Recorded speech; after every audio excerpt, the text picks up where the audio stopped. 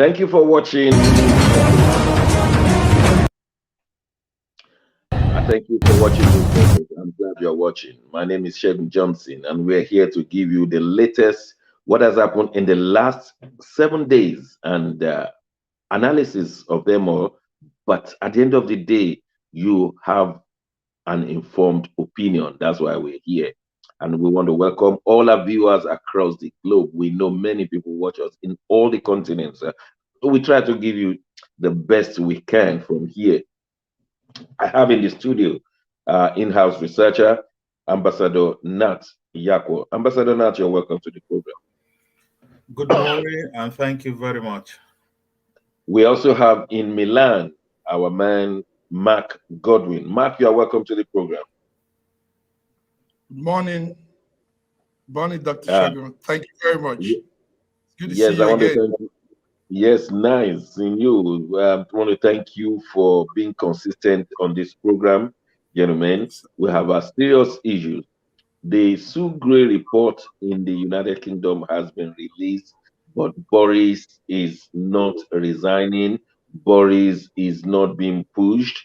It is a bad antecedent for democracy. All the young ones will think this is what life is all about. Bully your way through, get yourself into the place, continue working as if nothing has happened, and you sow that seed, you will harvest it very soon. Let me ask Ambassador Nat, how do you read all these things with what went on in the House of Commons since Monday? And yet Boris is junketing all over the place.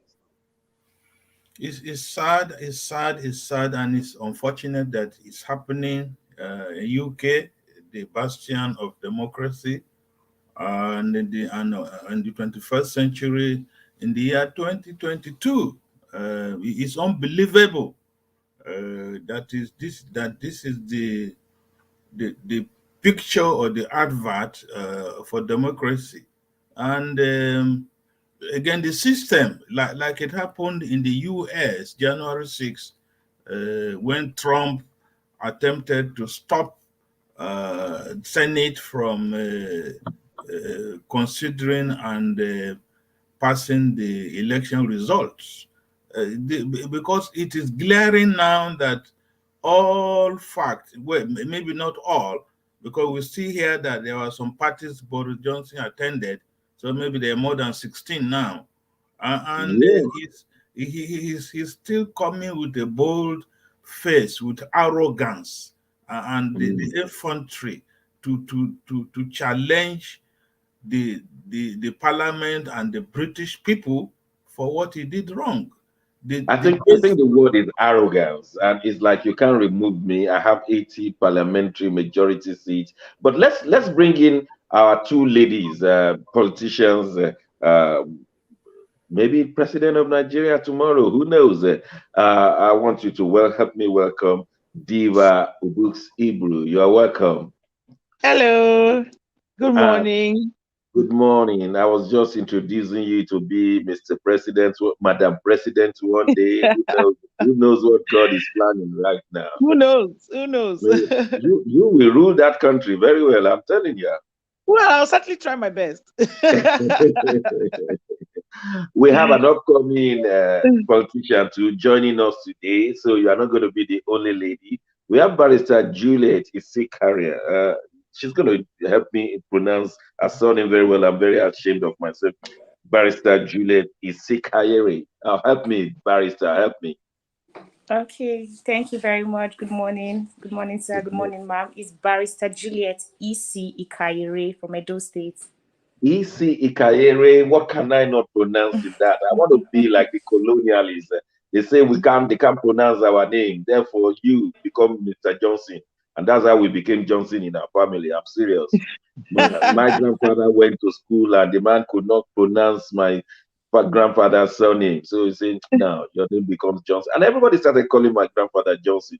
Up to today, we all are still called Johnson. So I've always tried to pronounce the Nigerian names very well. So Barrister, you're welcome to the program. Thank you very much. We're going to be asking you what you are going to do for Abuja. We've been looking for someone. Now, when both of you enter the Abuja main lot, I'm telling you, I'm going to be very happy. I'll be coming to Abuja every other week. But in the meantime, we're talking about Boris Johnson, who refused to resign. Before I ask you, ladies, let me ask Mark in Milan. How do you copy in Europe with this man not resigning after Sugre's report? Mark? Oh, uh, uh, Dr. Johnson, it's funny that we're still going back on this again. Remember about 2 weeks ago when this issue was brought up, and we were saying it will be done, it will be over with at that time. But we've stretched up to 2 weeks, and he's still there. Yeah. So Johnson is strong. He's really strong. Eh? The days of Theresa May, she didn't last up to time with all those. In fact, the Theresa May allegations weren't even as strong as this.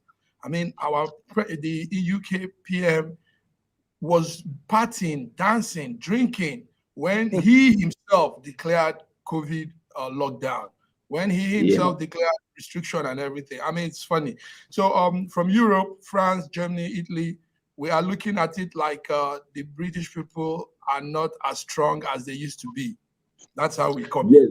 The Labour Party leader said Boris is debasing democracy and reducing the office of the prime minister. Diva Obu, I know you are going to be somebody big in the Nigerian politics. Amen. It looks like the UK is trying to copy the African leaders, sit tight, like the president of Uganda doesn't want to go, and some other presidents. Thank God our own president says he'll be leaving after 2 terms. But how do you see all these things happening in the United Kingdom? Well, are they trying to copy us? Or are we trying to copy them?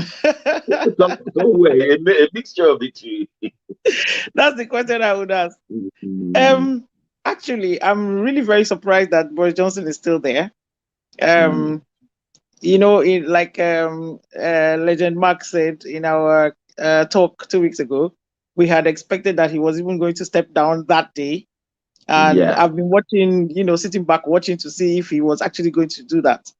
And really, I am surprised because we all know that the British people are set in their ways to a certain extent. And, you know, it was just a conclusion that it was just going to happen because he had been so outrightly arrogantly disobeying his own rules or his own laws, you know. That's right. That's right. I wonder why he's still there, and not a whole lot is going on. But you know, it seems the trend of things are changing all over the world, and people are perhaps because of COVID, people are taking things a little bit more lightly, you know, than they were before. So you know, who knows? You know, Diva, he has done a lot, you know, in making his party, you know, more powerful. So yeah, you know, he has a lot of support in the house. So you know, that could be the reason why he's still there. Yeah, but my fear is that we have seen this kind of seed sown in African countries where the leader is a bully, the leader does not follow the rules. All of a sudden, the whole nation, the populace will start behaving like that. Once they know their leaders are corrupt, then they will too will be corrupt. That's the challenge. We come from third world countries and we have seen the whole nation plunge into corruption because the leaders are corrupt. So if in the so-called developed countries, their leaders are plunging into this kind of disrepute, before you know it, the teenagers will say, Mr. Prime Minister is not obeying the rules. Why should I obey the rules? That's the danger. No, absolutely. I mean, it's people follow leaders, people follow, you know, musicians, people follow preachers, you know. So that's why a country has to be very careful about kind of leaders that they have, because the behavior of leaders is very, very key to the way the people follow and behave in the country, you know. Yeah, so you are right. You are right. We have to do something about it. Barrister Juliet, please introduce yourself. Our viewers across the globe would like to meet you They will want to know why you are here, because you are here for something special. And I'm going to ask you leading questions so that you can tell us. Please, may we meet you? Okay. Once again, good morning. Good morning, Mm. everyone. I am Barrister Juliet Isi Kaire from Nigeria. I'm a lawyer and I'm also a linguist. Wow. I'm also a farmer, yes. And currently, I'm now into politics. I would say it came just all of a sudden, but I'm embracing it as it should be, because someone who is a leader, once given a particular position, should actually, once met with a responsibility, should actually take full responsibility for it or a position. So I think now I've gone into politics and I'm enjoying it. So I'm a politician, and Okay. that's it. Vying What for the part? You live in Abuja, don't you? Yes, I was born in Abuja and I live here. You were born in Abuja. Yes, I was. I thought you said you were from Edo State. Yes, my parents actually got married in Abuja, lived all our life here in Abuja. Oh, you are definitely an Abuja. What would you like to? Where are you going to represent? Are you representing the people in Abuja? Kubwa ward, to be precise. Okay, Kubwa Ward as a councillor. Yes. Okay, why you not going in for House of Reps? Or, you know, Like but I like the way you're stating it from the beginning. Councillor, under what party, man? under the African Democratic Congress, ADC. ADC. Oh, it's gaining ground. We understand ADC is gaining ground. Mogalu has joined. Very many people have joined. So ADC. So what's the grassroots nature of ADC in Abuja? Truthfully, okay, starting from the question when you asked why didn't I run for a state house, and so like I said, the opportunity came to me Hmm. while practicing law, and I said, okay, let me just take it up, a position for councillor. And I've not really had anything to do with national politics or an elective position before, so I was like, okay, it's a good way to start. Now, Okay. joining the party ADC, the friendliness, the receptiveness towards young people, women was also an applause, and it made me to actually go into the party. Now, for the political structure in Kubwa and in Abuja, I must confess, being a party which has been in existence, but it's still the third force or struggling to come up. I think the structure it's in fact it's little or nothing at all in Kubwa. But so far Hmm. so good. Through the campaign period, I've been able to garner a lot of support, which I feel are already the structure that actually once we actually get into power, they will form ADC structure in Kubwa Ward. So that has been my own rule during the course of my journey as a politician. So setting up structure for ADC right now in Kubwa, Wow, which was Barrister, let me introduce you to a lady who is coming to live in Abuja in the House of Representatives. She's a diva. She is good. She's going to make some noise. She's beautiful. She's got the name. She's got the pedigree. She read abroad. She's bringing stability into the national politics. Her name is Obukome Ibu. Diva, you've listened to a barrister. And you want to tell us what you are up to yourself? Thank No, you, you need Dr. to Shegu. just employ me as your I, PR. I think I just might do that. My head is becoming bigger and bigger with every word you say about me. Thank you so much. Mm. Hello, Juliet. How are you? fine. It's nice to meet you, and I'm proud of you.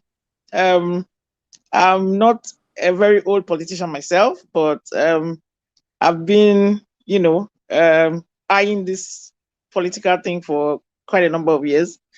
And yes, I am going to run for the position of the House of Representatives from my zone, which is Ugeli North, South, and Udu area. I come from Agbaroto in Delta State, proudly so. And everything you have said is good and correct. And yes, it is good to start from, from where you have decided to. It's a good thing. Young people need to come out and make an impact in society, because I think we're getting to the point where Nigeria needs to realize that there's a change in world decisions to be made, and young people are the ones that have to impact this change in Nigeria. So yes, you're doing a very good thing. About your party being small but growing, yes, it is good. You have an advantage because you're a female. One, yes, it is a small party. So if you grow with the party, then you're going to do very well in the future with it. You just have to keep at it. That's what I can say. In my case, I'm going to be running under APC. Yes, a lot of people say in my state is a PDP state, but I'm going to go under APC because that's the party that I've been affiliated with for a number of years, and I want to think that the policy of Nigeria is changing in terms of the way people are thinking now. Most of the people I know in my zone are not thinking about the party per se. They're thinking about the quality of the person who is going to be representing them. So in that respect, I think, the chances of APC winning this seat is very, very, very, very high. And, I'm going headlong for it because my determination is to make a change, is to help the people, to make sure that they get quality life improvements, so, encouraging women to participate in politics now is very important because we have a heart for the family, and when you have the heart for the family, you have a heart for humanity, and I think it takes a lot. It takes a whole lot. It is not an easy job. It's not an easy path, but it's something that we must do because we just have to change, the narrative. The narrative just has to change. It has to. Something must give. You took the word from me. Why are Nigerian women coming into politics now? We've always wanted it because the melange of men and women will be so powerful. But we've not been seeing the women because the president said they are in the other room. But in Rwanda, 15% of the legislators are women. Of course, they had challenges with their men killed in a genocide. So what is now motivating Nigerian women to come into politics, Diva? I think Nigerian women have always been politicians, but we come from a background, a culture of the women should stay, in the background, in the other room, in the other room, and in the kitchen, the kitchen and the other room is always been where they have put, African women, and it's very, very strong in Nigeria. In the past, in my area, it's the women that work. We are the ones that go to the farm from time. Our husbands marry many. Yeah, it's true. Our husbands marry many wives. We have many children. The women have strong backs. They go to the farm. They come back. They cook for their husbands, and then the husband decides which one goes to the other room. But having said that, the women have also been very, very influential in the family, because most of the time the man would actually seek the advice of the woman, and for the most part, he would actually go with what he advises. It's just that he is the one that's going to come and make the pronouncement. But actually, it's the woman that has made that decision for the family or for, whatever the cause is. But I think with education and exposure of more and more women, even northern women, being allowed to go to school now without any problems, without any hassles, I think the women have realized that, look, we can speak English, we can talk. We have a voice. We don't just know how to cook and look after the family. We can actually, come out and speak, and we look beautiful. So people will listen. This program, I quite agree with that last point. This program will do everything to propagate women in politics. We encourage it. We'll spend money to ensure many of you get inside and compete with those men. I mean, it is just natural. Male and female. We actually don't want to compete with them. We want to support them. We want to help make it better. Okay. When you contest election with them, you are not competing with them, are you? There's no competition. Okay. You are playing politics on me now. I'm okay. Oh, thank you very much. We'll still come back to you, Barrister and Diva, on that issue.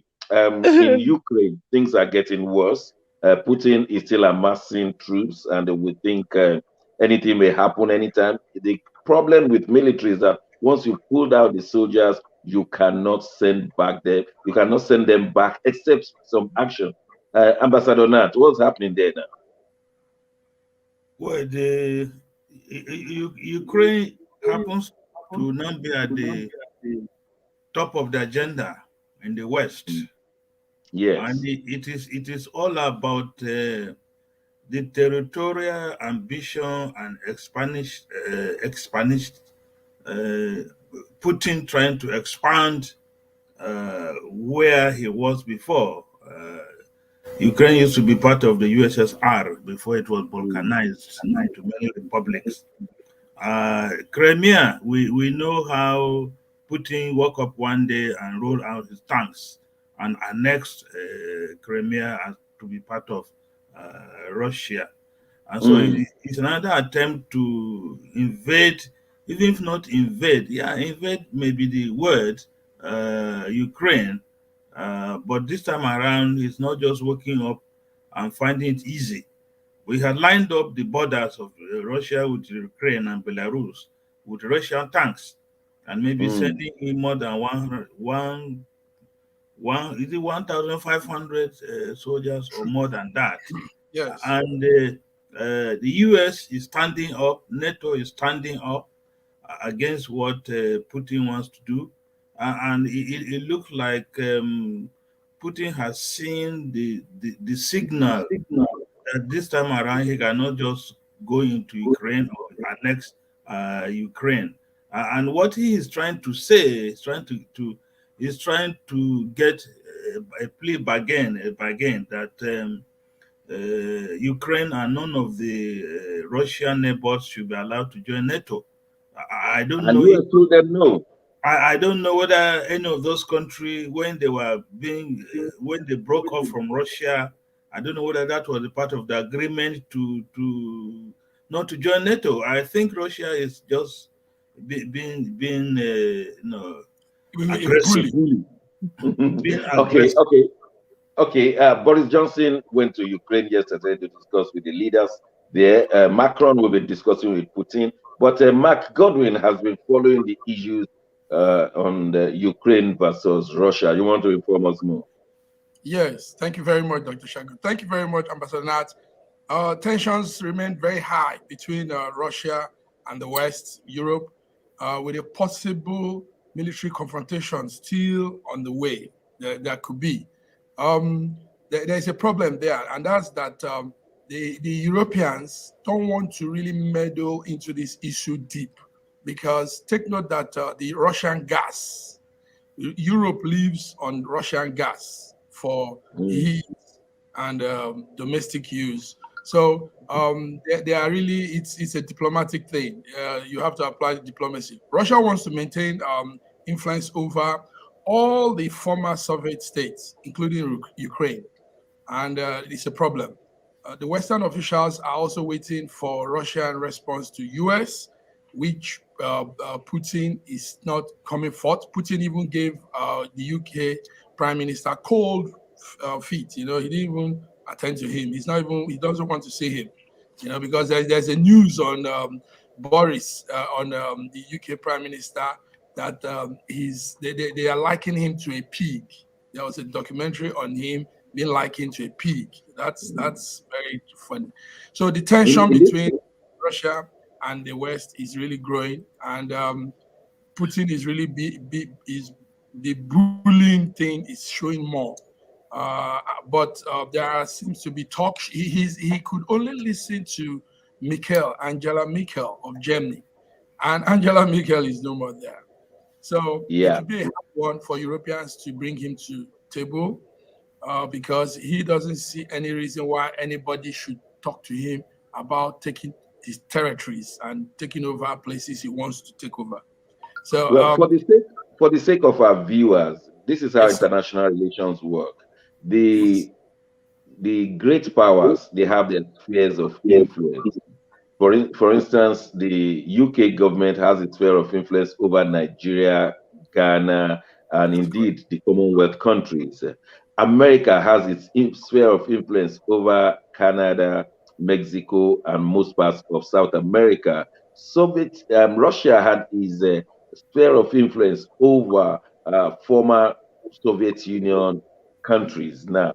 So what Putin is trying to say is that don't interfere into my sphere of influence. Yes, that's China true. has been interfering in the sphere of influence of the British in Africa, and China is trying to control Africa with every kind of resource and wisdom. So I think the problem is uh, Putin is saying, look, we have understood ourselves. It's about sphere of influence.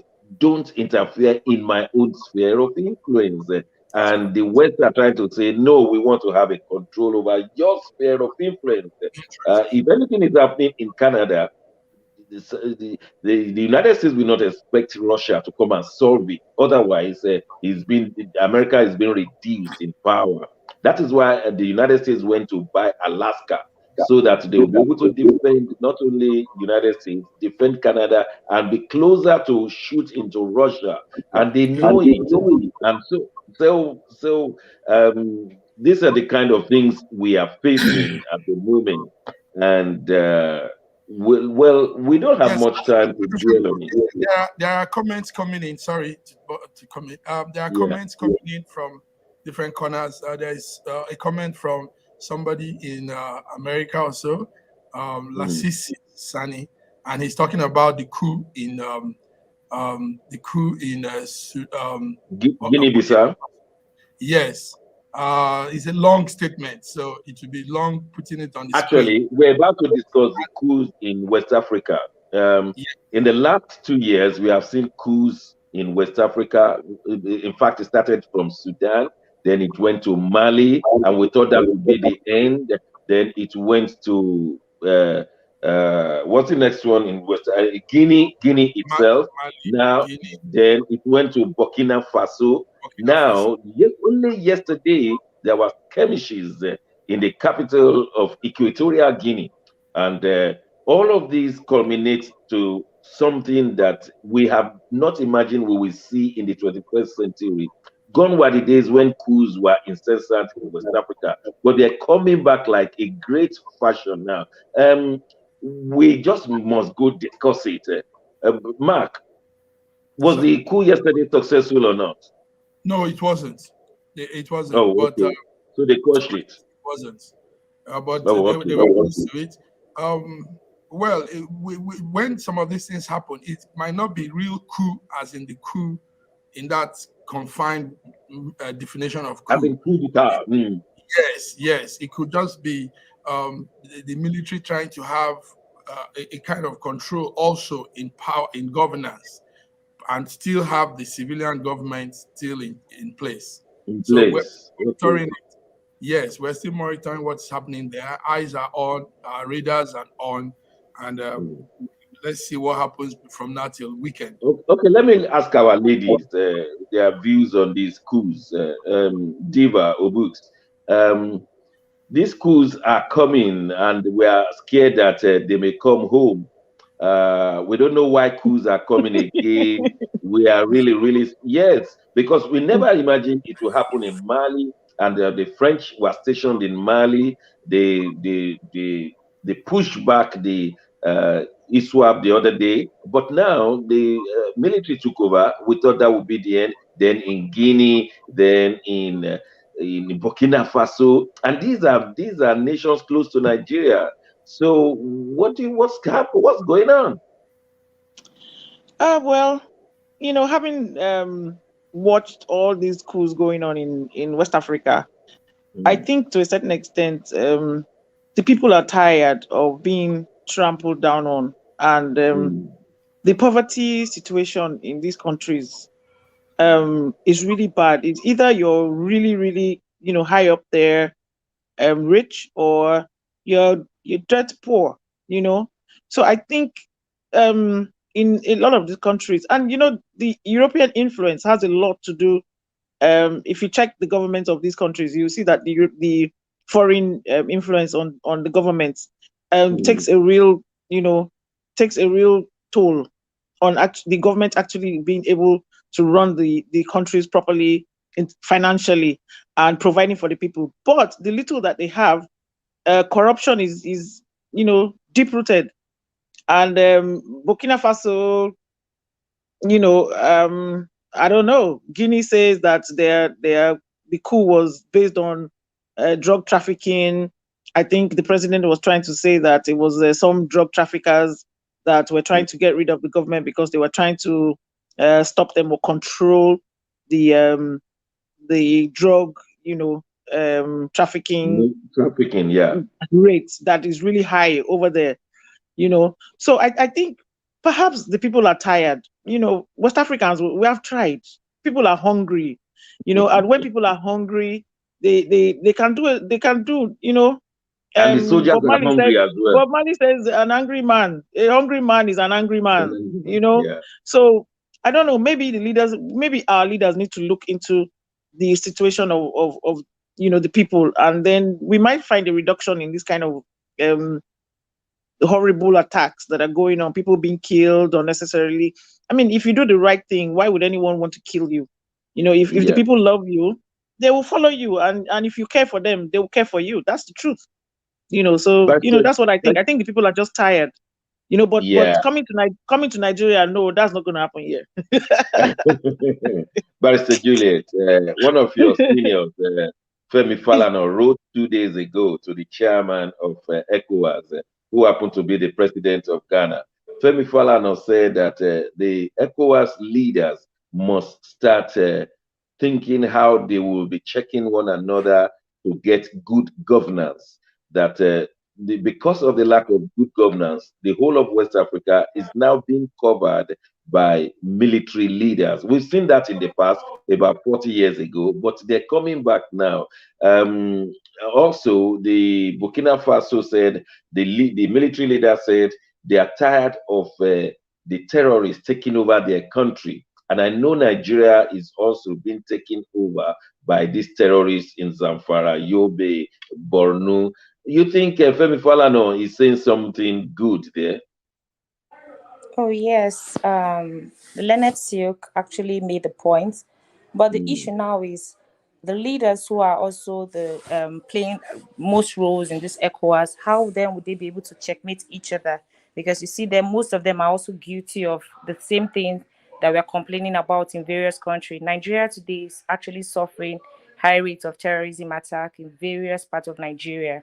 So I wonder how much will they have influence in checkmating each other. It's something that we can only talk about, but we have to we have to put in measures, even if the judiciary aspect of ECOWAS can actually push up, spring up to action and actually hold their leaders accountable.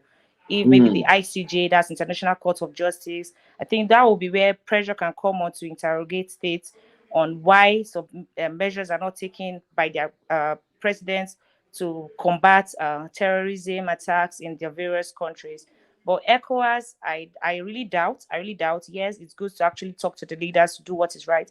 But since most of them are actually not really putting much effort, because I won't say they're not putting efforts at all, but much effort to really reduce the terrorism attack. It would be good for there should be another avenue for us to be able to channel our grievances to our international communities that actually revolves around African nations, to actually put these leaders to test and actually query them for why they are actually lax in their duties. I think that should be better.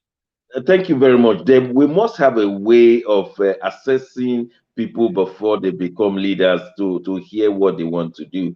Ambassador Nat, this is a very serious challenge now.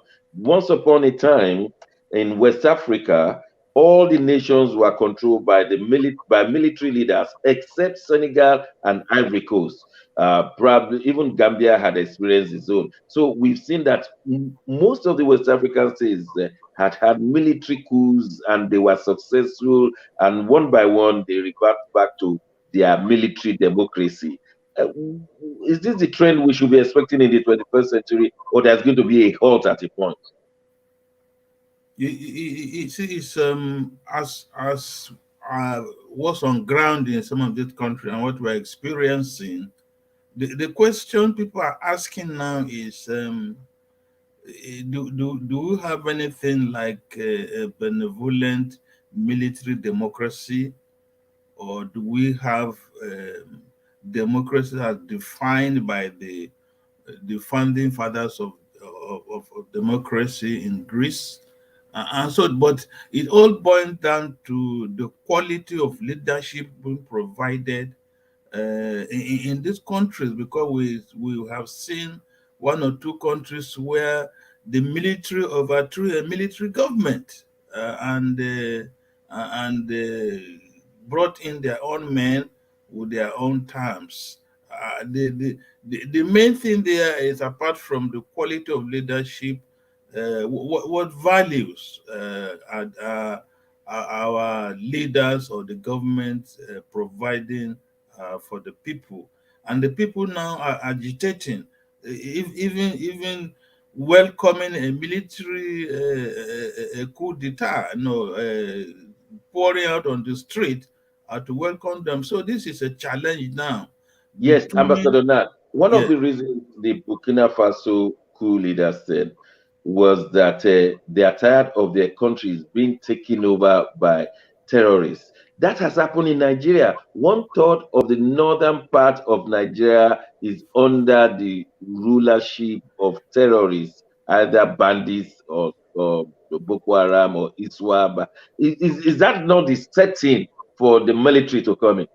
Even though Diva books will not agree with. I think one of the issues we have not emphasized on is that the lifestyle of the politicians have attracted these military boys. They go to the same market, they are in the same country, the same environment, and when they see the lifestyle of these politicians, especially in these other countries like Mali, Guinea, and and even Chad, they want to also test the good things of life. The first thing the military boys will do is to go to the presidential palace and eat what is available there, and sit on the cushion chairs, and maybe even cut some things away. So we are in a dilemma. We are really in a dilemma. Who is going to? Military regimes are no longer fashionable by their training. They are not democratic. They don't provide any civilian leadership, and so this is where we are. Um, the but the experience we have in Nigeria is, strictly speaking, Nigeria is still under some form of military rule, with people transferred from remove their uniforms and put on the flowing gowns. But Yeah, the I behavior has really not want to changed. ask. I want to ask Diva Books, with the situation in our country, Nigeria. Um, why has it been difficult for the Buhari administration to be victorious over the terrorists, either on the northeastern part or the northwestern part? I mean, all of a sudden, we have ceded our land to terrorists, a whole Nigeria. I still can't believe it as I'm saying it. It's a serious situation. We have been, especially up north and in some parts of southern Nigeria. I really don't know, but I do know that we have the capability of pushing back these terrorists. But there's some forces out there that I cannot say, I do not know, that seem to give these people the capacity or the power to be able to, overtake some territories and just remain there without being, challenged. Um, Yeah, I it's there are many schools of thoughts. People have different ideas of why this is happening. Some people say the government is the one that is backing them. Some people say that the Nigerian military are not fighting back hard enough, or they don't have the order to actually go and take these people out. And so many opinions. But in my opinion, I think they can actually be handled by our military might. And I say this when I take example from OD. What happened there? It was one sweep. It was a clean sweep. Obasanjo did that, yeah. Yeah, it was a clean sweep. And I want to believe that these people are not better equipped or better trained than our own, national military guards. So it's a baffling There is a situation. leakage. There's a leakage of security information. Yeah, There's a leakage somewhere. of the people who are taking captives being released and going back to Boko Haram. There's Yes. leakage of our weapons getting into their hands. So many leakages that you wonder what is the agenda in that part of the country. Why is it that some kids are released and some are not? And the ones that are released cannot have definite or helpful feedback as to how to go get the other kids. It's a strange situation, really. It is a strange situation. Now that but you mentioned, we have this situation in all of this, or most of these countries, especially these ones that have just had coups. And I think the people are really just tired of being insecure. It's part of the reason why, apart from, like Ambassador said, the hunger, people want to taste the good life. And so, like he said, they go to the presidential palaces to go and sit on the soft chairs, which they haven't experienced before, or eat the food that they've not eaten before.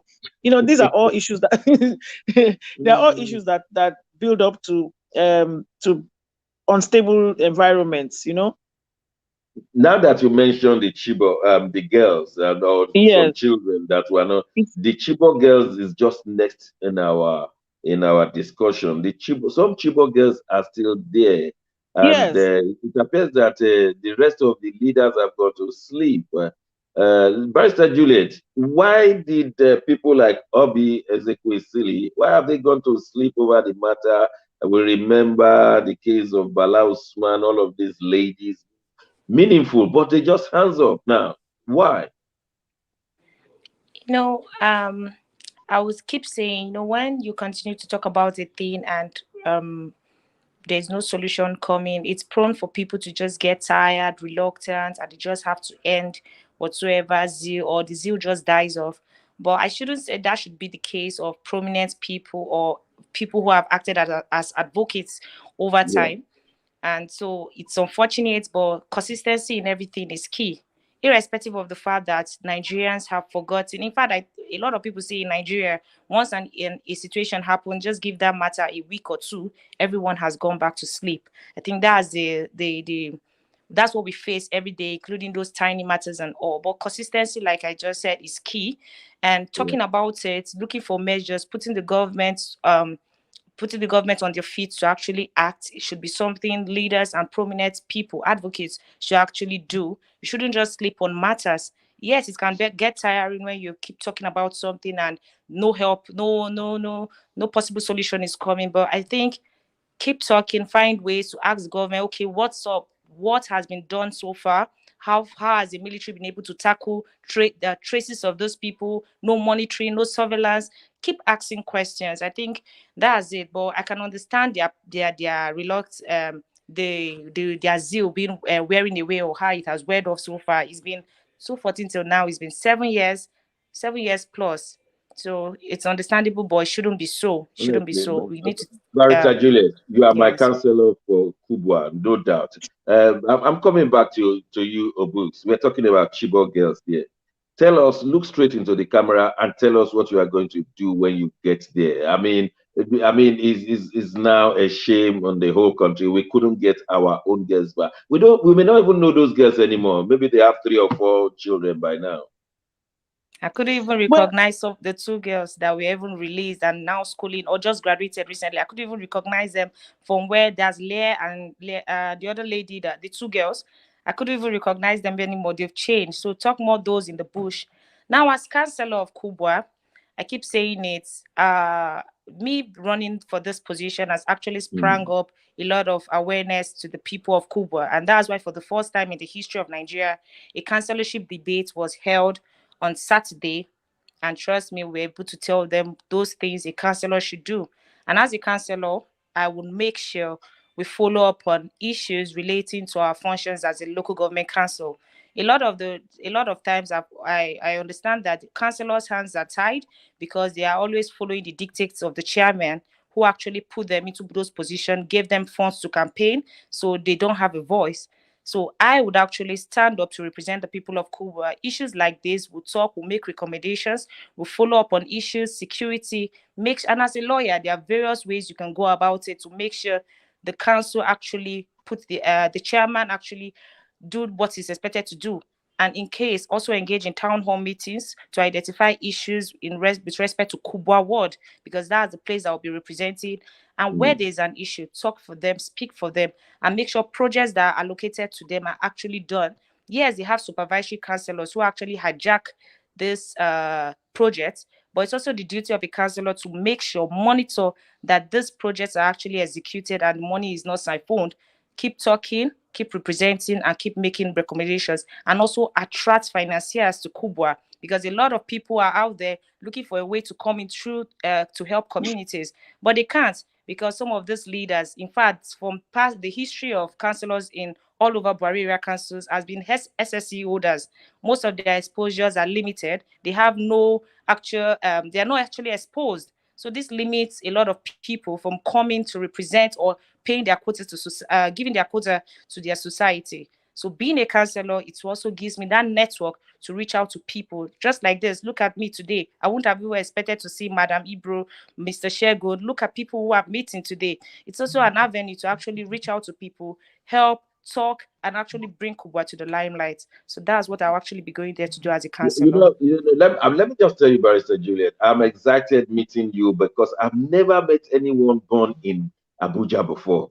All the people have always met. So we're coming to discuss you later. Diva Obuks, so I want you to look us in the eye and tell us how you would join up forces when you get to Abuja, because I'm praying that you will get there. I mean, the House of Press. What will you do that will make a difference? Irrespective of the fact that I went to school overseas, and some people say I've lived a good life. Yes, I've lived a good life, thank God. Thank God for that. Yes, thank God. I come from a privileged background, as it were. I'm still very, very much a home girl. I love my people a whole lot, just like my father did. And I only want to see things better and life better for my people. And I go back home a lot of the time and I do things for people. And I'm sad sometimes because I believe that the lifestyle the quality of life that people have back there is just not good enough based on the resources we have. And if these resources are properly put to use, then I think it will make things a whole lot better. Now, a lot of crime, security is a big issue in my zone. Yeah. And when there's no security in your zone, there's no investment possibility. So that's something that I'm going to look into seriously. Security issues is a big issue. They're the normal things of the things of health services, education. All those things are basic things that people should have anyway. Security too is something that people should have anyway. But particularly because I come from a business background, I'm interested in the investment of the people in my area.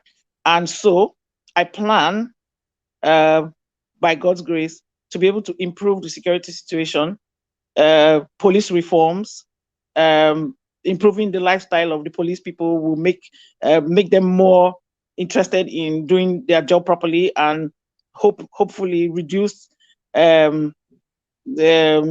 what do you call it now, corruption. And when that happens, then you will see more investment coming into the area. And then we'll be able to say, okay, we have foreigners, we can talk to them, let them come and put factories in our area, which creates employment for the people. When the people are employed, when the youths are employed and engaged, do they have time to go and steal and kill people and think about how they're going to kidnap people? No. That's, crime will be much reduced. And so foreign investors will be more interested in coming into the area. I want a situation where you can pick up the phone, call an Oyibo man, say, my friend, come and do business in Ugeli. And he's not going to say, oh, they're going to kidnap me there. Yeah. You know, I'll say, no, there's no kidnapping in my zone. Come and do your business here. There's a lot to do here. And, you know, this is going to improve the life of the people over there and create jobs, you know.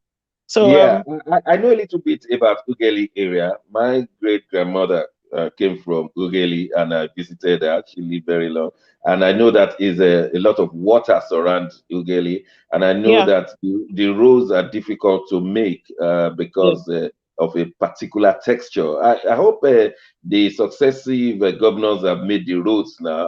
I remember a lot of sandy, and contractors do say they find it difficult to construct roads. The amount of money they will use to construct road in Ugeli will be more than the same road made in a place like Ibadan.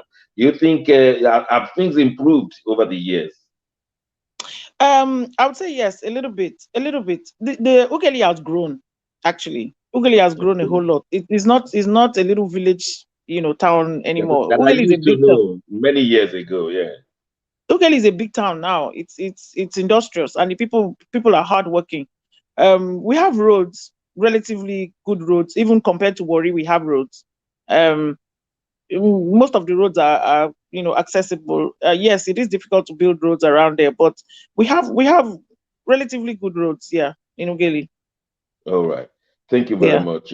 I just wanted to show up that I know a bit of Ugeli and Ambassador Nam. I know you know the Chibok local government a lot. You know, so tell us what is going on there. Well, Chibok came to limelight 2014 Mm. when a school was invaded by Boko Haram, and over 200 girls were taken from Chibok. But Chibok is also the name of a local government in southern Borno and the northeast geopolitical zone. And since 2014, we still have over 110 Chibok girls not accounted for. Wow, I that's mean, a lot. yeah, I'm aware 10 were released recently. But Chibok, other villages around Chibok now are being attacked almost on daily basis. And the people are crying out for government to come to their aid. There are few police, military personnel stationed there, but they cannot really do much. In most cases, as they did in 2014, when the terrorists come, they just run away to save their life and maybe to fight another day. So Mm. the issue is that Chibok is now in the news for the bad, not for the bad reasons, and the federal Oh, government seems to be not doing much. And we remember from Chibok, you go to Dapchi, Leah Sherebu's story is still with us. She's still in captivity, and we don't know what the federal government is doing. Maybe Buhari is handing that over again to the incoming government in 2023. So that's the oh. brief on Chibok. Thanks so much, Ambassador. Mark, what was your take on all of this? Thank you very much. First of all, let me say that everybody's giving very good view. It's a sad thing that the government, the sitting government, is not didn't follow up on anything concerning the Chibok, Dapchi, and all these cases we've had. Very sad. Initially, the president's wife, Aisha Buhari, was also involved at a point, but somehow she lost out. And she would have been a very integral voice if she had continued. Like Barrister Juliet was saying, consistency. If she had continued, probably something would have come out of it. But till now, we sit here and our daughters, sisters, little kids, young girls have been taken over, and who knows the life they are living there in those dens, those But Mark, let me ask you a question.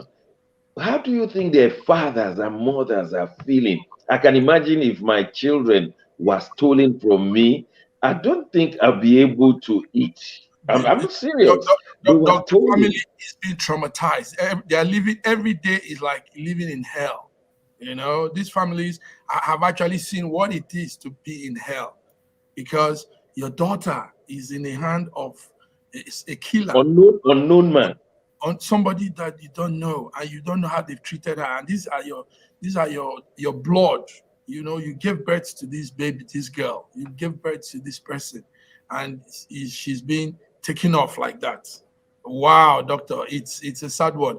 It's a shame to the APC government. I must say this boldly, that all this happened in their tenure, and But nothing was done. they will say Nobody. that PDP, the Chibok girls were stolen during the PDP time. But then I'm looking at the time. Let me Yes. just ask the ladies how they still feel with these. Let me start with Barrister Juliet.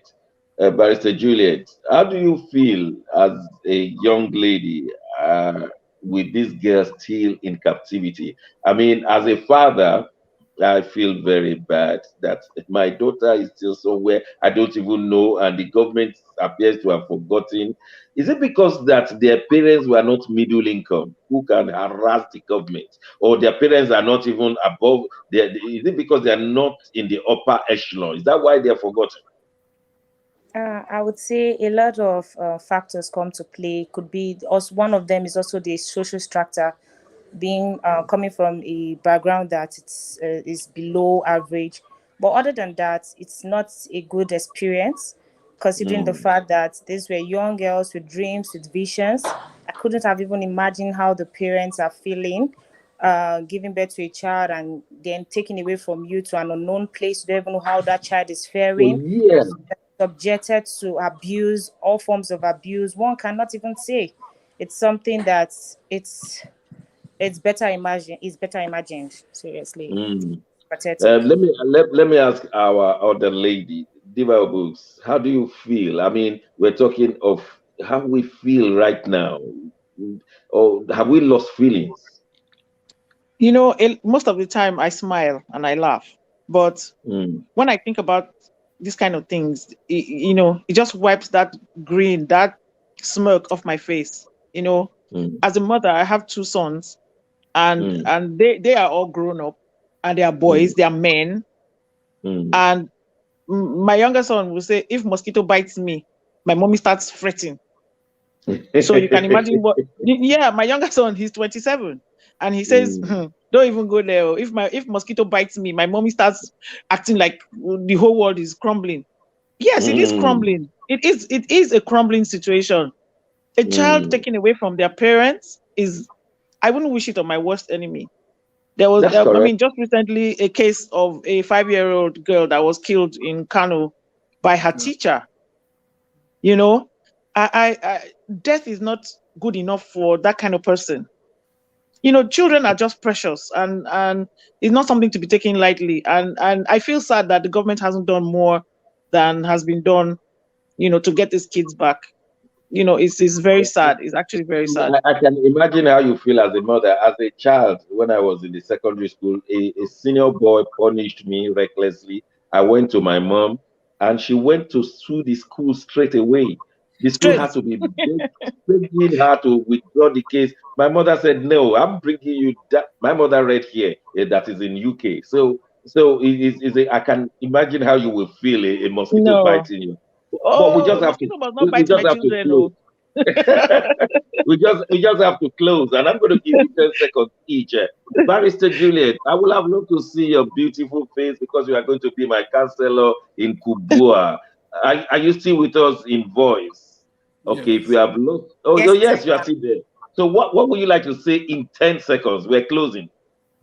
Okay, all I would say is it's time for Nigerians to be more enlightened, to be more aware about the functions of various positions, as even a councillor has a lot to play. Because I see that a lot of people just overlook councillorship positions and feel that the local government has no impact to play in the society, forgetting that that is their grassroots. That is where development starts from. That is where a lot of change and a lot of improvement starts from in the society before it gets to the upper um, region. So Okay. We're bringing you back definitely before. When is the election? On the 12th of February, 2022, next week, Saturday. Oh my God. Maybe we'll bring you back next week. I will tell the studio if we can bring you back next week. Mark, what's your last, in 10 seconds, what would you like to say, Mark? Thank you very much, Dr. Shaka. I want to say that it's nice seeing the ladies come out in politics. Diva Obuk said they've always been in politics, but at least now we're seeing more.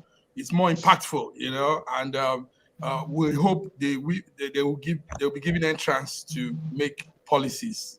Yes. Yeah, Ambassador Nat, what would you like to say in 10 seconds? We'll continue to watch and pray. Watch and pray is a bishop now. Diva Books, I'm giving you the last 10 seconds of this program. You own it. Take it away. Congratulations to Barrister Juliet. I believe she's won already. Victory is hers by the grace of God. And I want to say thank you to everybody for watching. Thank you very much. And hope to see you next week. Well, definitely, yes. It's only unfortunate I can't take a British BBC to come and vote. Otherwise, yeah, you ladies have won. You've won my heart already. So we'll do everything to promote you from here. That's how far we'll go today. It's the news echoes. We give you information, facts, and analysis. But at the end of the day, you decide. And this is what we do. I want to thank my colleagues, Diva Obooks, special guest, Barrister Juliet, my colleague, Ambassador Nat Yakwo, and the last but not the least, Mark Godwin all the way from Milan, Italy, and the gentlemen at the who are the studio, the crews, will cherish you. I will see you, the viewers, next week, inshallah.